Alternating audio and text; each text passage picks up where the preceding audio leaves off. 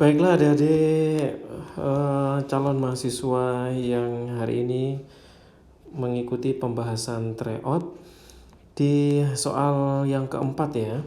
Kita sudah mulai lagi mengenai jenis soal yang pastinya tidak asing lagi, yaitu sebab akibat. Apakah ada hubungan antara statement pertama ini ya dengan statement yang kedua atau pernyataan yang kedua.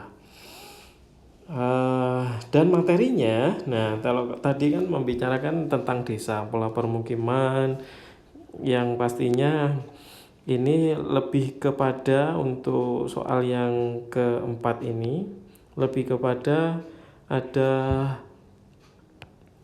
mengenai penginderaan jauh. Nah ini ngomong penginderaan jauh. Apa itu penginderaan jauh? Ini sebenarnya suatu teknik. Jadi ini suatu teknik sebenarnya. Kita kasih note. Ini teknik dalam geografi. Dalam geografi. Oh sorry, kenapa harus merah lagi saya tulisnya? Mesti terlupakan ya. Ini teknik geografi. Apakah hanya teknik geografi saja yang penginderaan jauh ini? Enggak, ternyata ada lagi peta. Jadi sebelum muncul penginderaan jauh itu ada peta.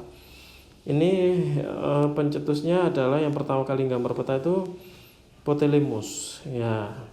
Kemudian yang paling canggih lagi namanya SIG atau sistem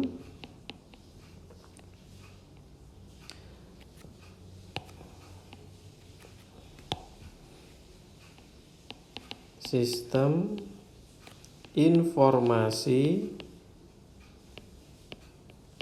geografi. Ini yang paling canggih daripada penginderaan jauh. SIG yang keseluruhannya penggunaan komputer. Oke. Itu untuk kita mereview lagi mengenai penginderaan jauh. Penginderaan jauh ya, penginderaan jauh. Tuliskan di sini ya, penginderaan. Nah, ada kata indra.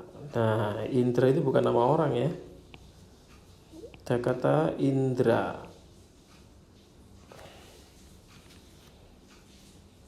Indra di sini artinya kan yang untuk kita mengindra selain pengecap, perasa, kan berkaitan sama penglihatan.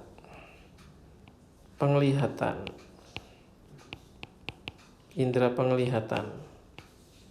Atau lebih spesifik lagi adalah mata. Nah, kemudian berkaitan sama jauh. Nah, kita melihatnya secara jauh.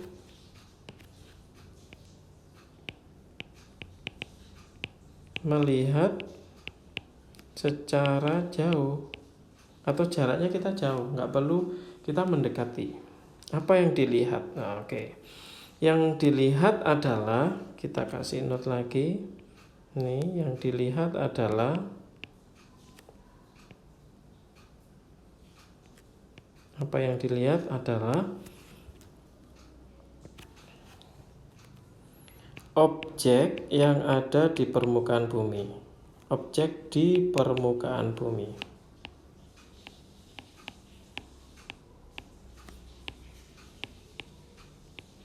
Apa saja ya yang ada nampak di permukaan bumi, apalagi ya, bentang alam di darat, mulai dari di dataran rendah, perkotaan, pedesaan, lahan, sawah, banyak. Pokoknya semua objek yang ada di permukaan, bukan di dalam bumi ya, tetapi di permukaan bumi. Nah, di permukaannya. Sehingga di definisi yang utama dari penginderaan jauh, jadi definisi utama dari penginderaan jauh ini ada kata di sini, kita stabilo lagi, yaitu tanpa kontak langsung. Nah, di sini juga ada tanpa kontak langsung. Artinya manusia sebagai yang melihat atau yang memiliki indera mata itu kita nggak perlu datang ke seluruh objek di permukaan bumi, tapi dari kejauhan kita bisa melihat dan merekamnya. Jadi melihatnya ini, oke, saya kasih note dulu. Nah, melihatnya ini dengan cara direkam.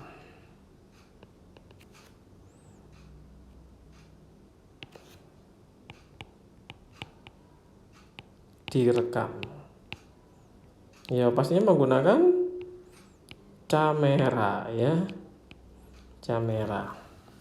Kameranya ya bukan kamera HP ya, lebih kepada kamera-kamera yang memang penggunaannya, contohnya kamera-kamera yang memiliki lensa yang begitu akurat ketika kita merekam suatu objek tadi.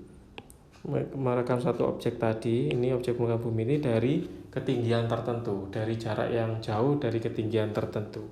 Itu untuk merekam objek, direkam ataupun merekam ya. Ini kita kasih strip,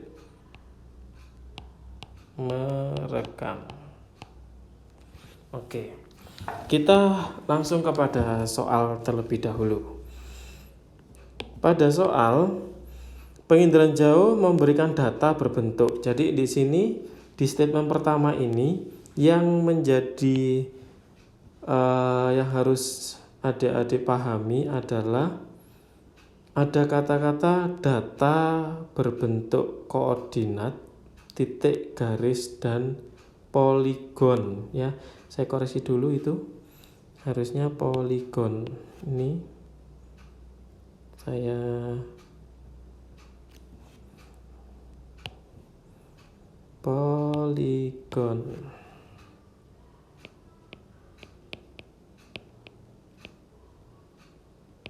Apa data garis, titik, dan poligon? Kalau titik garis saya rasa adik-adik tahu ya. Ya berupa datanya tuh titik. Contoh kota itu berupa kota. Titik itu stasiun, nanti kan gambarnya kereta api. Hampir sama dengan legenda yang ada di peta. Garis pun sama, yo jalan, yo rel kereta api, yo sungai kayak gitu. Nah, kalau yang poligon ini adalah sama dengan kalau di peta itu simbol. Oke, saya tuliskan di sini ya. Simbol area. Nah, poligonal ini sama dengan simbol area.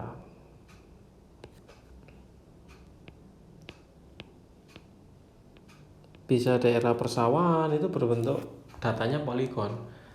Perkebunan, perkotaan, kemudian desa, nah itu termasuk dalam poligon atau poligonal.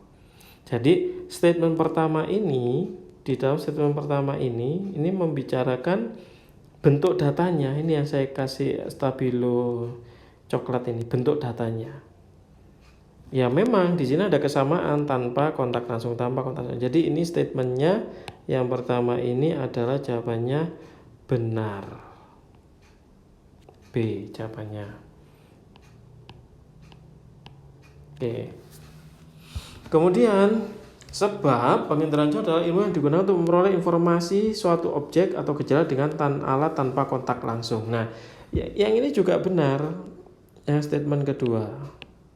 Tetapi membicarakan lebih kepada definisinya. Apakah ada hubungan? Ya pasti jawabannya benar-benar keduanya memberikan hubungan. Ini ya yang A ya, kita mulai ke yang A. Apakah ada hubungan? Oh tidak, jawabannya yang A, jangan dipilih, salah. Benar-benar, alasannya benar, keduanya memberikan hubungan sebab tidak. Nah, ada kata-kata tidak. Jadi kalau di pilihan soal, biar tidak terlupa, kata tidaknya dibulatin atau digarisbawahi ya. Jadi jawabannya adalah yang B, yang tidak ini. Kalau yang lainnya pasti salah karena sudah jelas bahwa benar-benar. Di sini yang C benar, alasannya salah. Kok Saka sih? Saya tak koreksi lagi. Salah ya, bukan Saka ya. Salah. Kemudian yang D pernyataannya salah. Ya, pernyataannya salah. Nah, ini pernyataan salah. Oh, mungkin benar kok. Alasannya benar. Ini ya benar. Berarti salah yang D. Oh, benar. E juga sama.